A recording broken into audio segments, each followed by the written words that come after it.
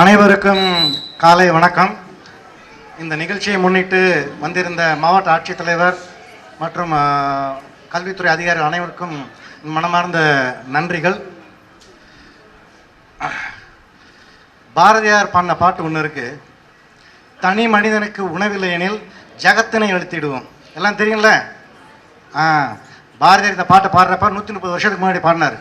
அப்போ பசி ஜாஸ்தியாக இருந்தது, பஞ்சம் ஜாஸ்தியாக இருந்தது. இப்போ இருந்திருந்தாருன்னா இப்போ பசி பஞ்சம் அவ்வளோக்கா இல்லை, அதெல்லாம் கொஞ்சம் நம்ம சால்வ் பண்ணிட்டோம். இப்போ இருந்திருந்தாரு என்ன பண்ணி பாடியிருப்பார், தனி மனிதனுக்கு நல்ல கல்வி கிடைக்கவில்லை எனில் ஜகத்தினை அழுத்திடுவோம், அப்படி தான் பாடியிருப்பார்.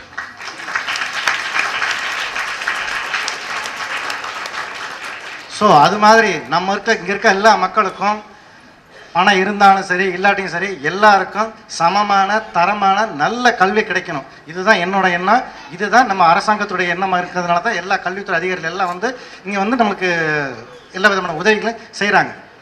இப்போ நீங்கள் இங்கே உட்காந்துருக்கவங்க எல்லாம் பார்த்தீங்க, எல்லாருமே மாவட்ட ஆட்சித்தலைவர் வந்தார், மாவட்ட கல்வித்துறை அதிகாரிகள் வந்திருக்காங்க, பெரிய பெரிய அதிகாரிகள் வந்திருக்காங்க, நான் வந்திருக்கேன், எல்லாம் இங்கே மேடையில் உட்காந்துருக்கோம். உட்காந்துருக்கக்கூடிய காரணம் என்ன?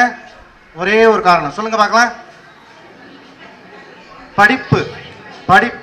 படித்ததுனால தான் நாங்கள் வர முடியுது, படித்ததுனால தான் நான் சிங்கப்பூர் போக முடிஞ்சு, படித்ததுனால தான் நாங்கள் காசு சம்பாரித்து உங்களுக்கு திருப்பி தர முடியுது.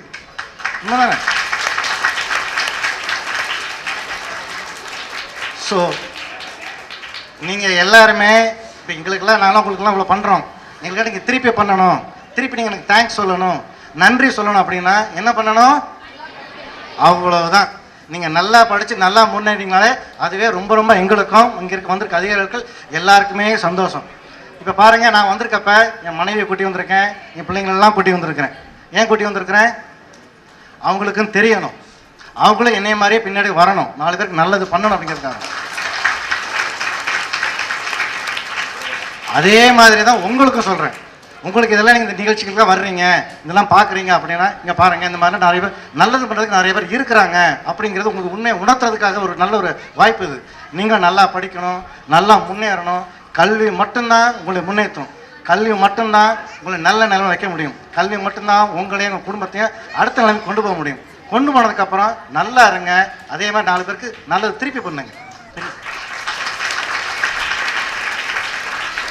ஓகே, நன்றி, வணக்கம்.